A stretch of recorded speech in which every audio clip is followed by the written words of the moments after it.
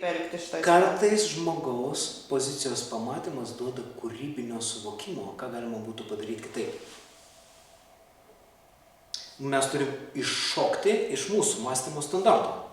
Norint pakeisti situaciją, mes turim iššokti į nestandartą.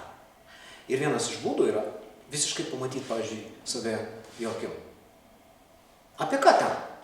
Kol mes ten esame afekto būsenai, tai yra ne ta vieta kūrybiškai mąstyti.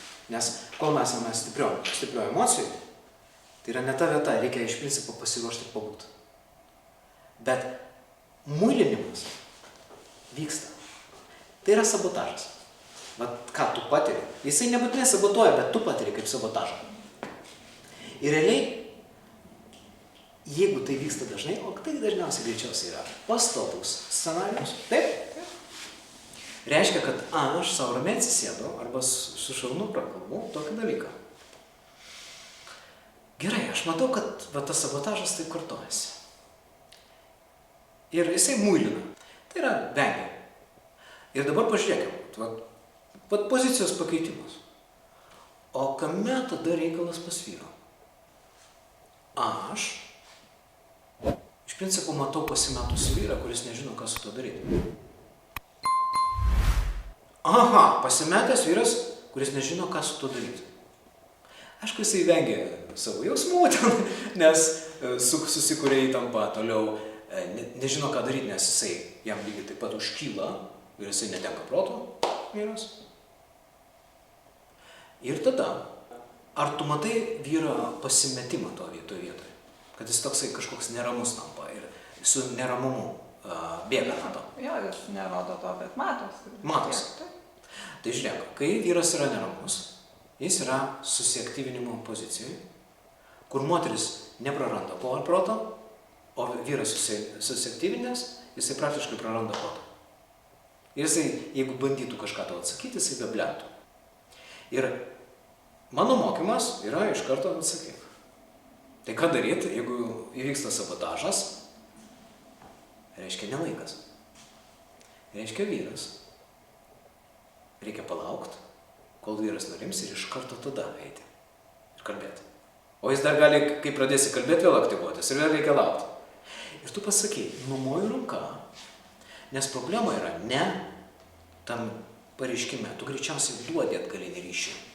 Iš karto vyrui. Problema yra tame, kad jis numuilina, o tu nesulauki nusiraminimo, nes kam gadinti taiką, jeigu pakelsi klausimą, taip? Ir problema yra ne tam taške, o problema yra sekančiam taške.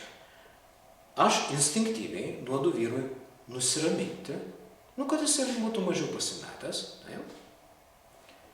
Ir tada ateina taika. Ir tada aš sakau, gerai taika, man jie irgi užkilo, kaip ir pas jį. Gyvenkime draugiškai.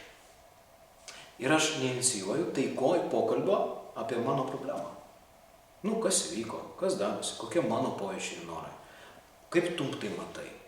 Nes iš karto, kai jūs esate ramioje būsenoje, tai yra vienintelė ta vieta iš karto svarstyti tam taške